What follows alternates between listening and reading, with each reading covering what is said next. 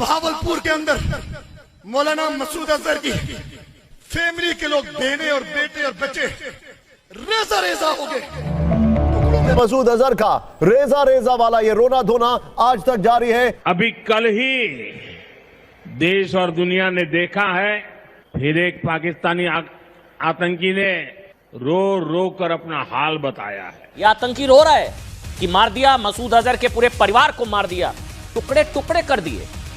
रेजा रेजा। आज पहली बार पाकिस्तान में इस सच्चाई को खुले मंच पर स्वीकार किया। देश के एक टॉप कमांडर ने कबूला है कि ऑपरेशन सिंदूर में मसूद अजहर का पूरा परिवार टुकड़े टुकड़े हो गया। मसूद अजहर के करीबी मसूद इलियास कश्मीरी ने हजारों लोगों के सामने भरे मंच पर स्वीकार किया कि जब हिंदुस्तान की फौज ने जैश के हेडक्वार्टर पर मिसाइल से हमला किया तो मसूद अजहर के खानदान के कई लोगों के चीथड़े उड़ गए। भारतीय सेना की मार के जख्म अभी भी ताजा है। चोट इतनी गहरी लगी है दिमाग पर कि ऑपरेशन सिंदूर के कई महीनों बाद भी पाकिस्तान के आतंकी अपने आका मसूद की फैमिली के सफाई पर आंसू बहा रहे हैं। रो रहा है ये आतंकी। बॉर्डर पार से एक आतंकी ने रो रो के मातम करके इधर इसी 75वें जन्मदिन पर मोदी जी को एक अपनी तरीके से बधाई और शुभकामनाएं दी हैं। जैश के आतंकी मसूद इलियास कश्मीरी ने कहा 7 मई को बहावलपुर में भारतीय सेनाओं ने मौलाना मसूद अजहर के परिवार के चीथड़े उड़ा दिए, कीमा बन गया था। खुद उसने कहा है, कभी हम दिल्ली से टकराए, कभी हम काबुल में टकराए, कभी हम कंधार से टकराए। दोबारा अमेरिका ने इंडिया की तरफ रुजू कर लिया है, वो हार्ड टाइम खत्म हो गया।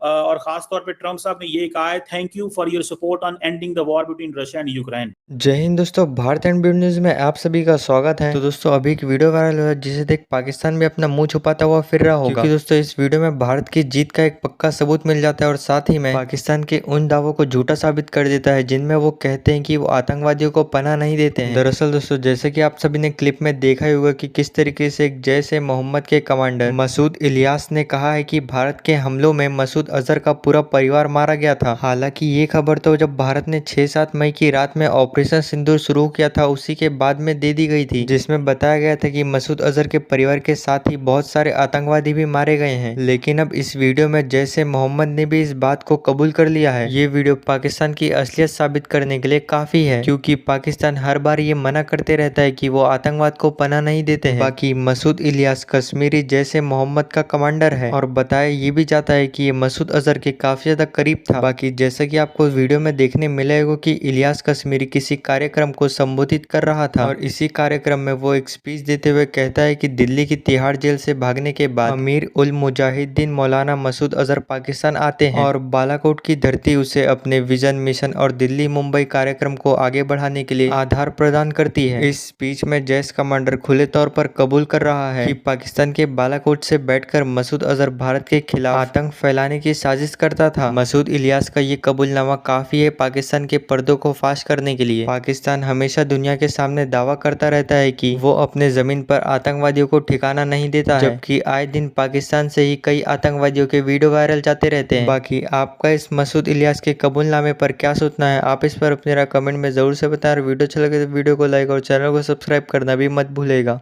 76वें जन्मदिन पर मोदी जी को शुभकामनाओं के तौर पर अमेरिका से एक बार ट्रेड टॉक फिर से शुरू हो गई है। अमेरिका ब्लिंक कर गया है।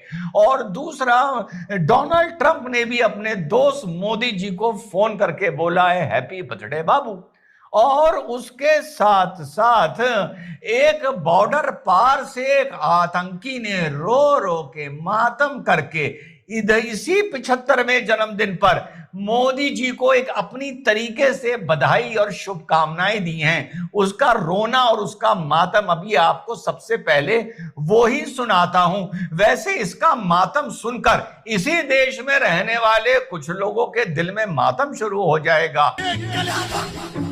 ये टेररिज्म, ये दहशतगर्दी की बकवास सीने के साथ लगाए इस मुल्क की नजरियाती जुग्राफियाई सरहदों के लिए कभी हम दिल्ली से टकराए, कभी हम काबुल में टकराए, कभी हम कंधार से टकराए। सब कुछ कुर्बान करने के बाद 7 मई को भावलपुर के अंदर मौलाना मसूद अजहर की फैमिली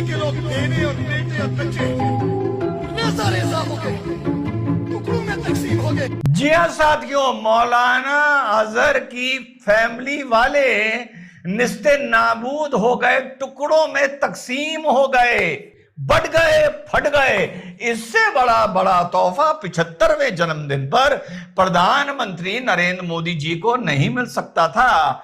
इससे कुछ लोगों का बॉर्डर के इस पार भी दिल जलेगा और उन लोगों को जवाब मिल जाएगा जो ये कहते थे कि जयशंकर जी ने बोला था कि हमले से पहले ही पाकिस्तान को सूचना दे दी थी। तो बाद में स्पष्टीकरण आया था, लगभग जब हमला खत्म होने वाला था तो औपचारिकता हेतु सूचना दे दी थी।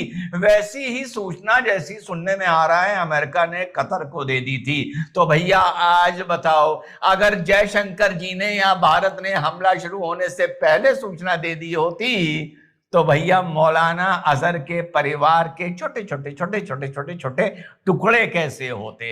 इसी आतंकी के मातम का जिक्र किया प्रधानमंत्री नरेंद्र मोदी जी ने मध्य प्रदेश में। आइए वो भी सुन लेते हैं। मां भारती की सुरक्षा को सर्वोच्च प्राथमिकता देता है।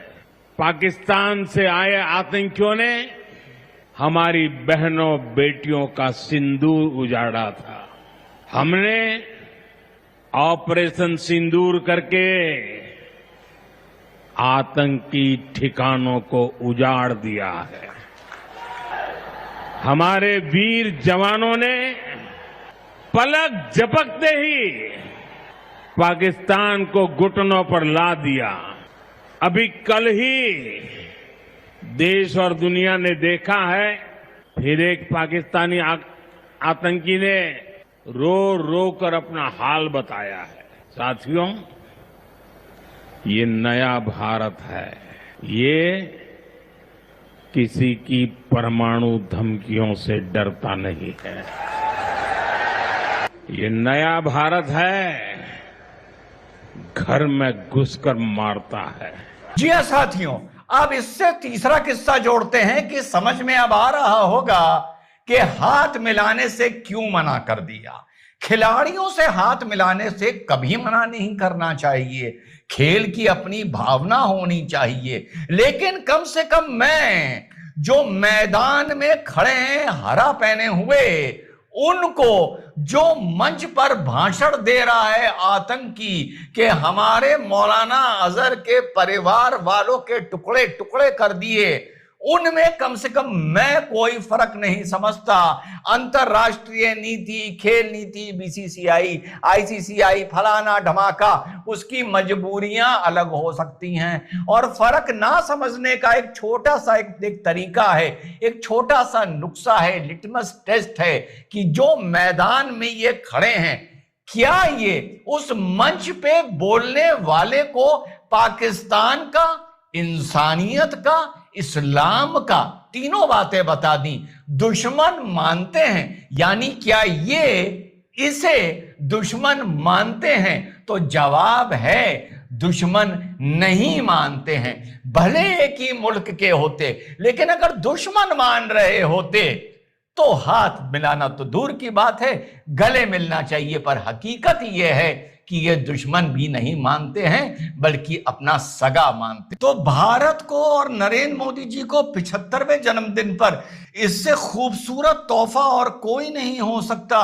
कि नन अदर देन द आतंकी फ्रॉम बॉर्डर पार रो के ऑपरेशन सिंदूर का हाल बता रहा है और ऑपरेशन सिंदूर पर मोहर लगा रहा है।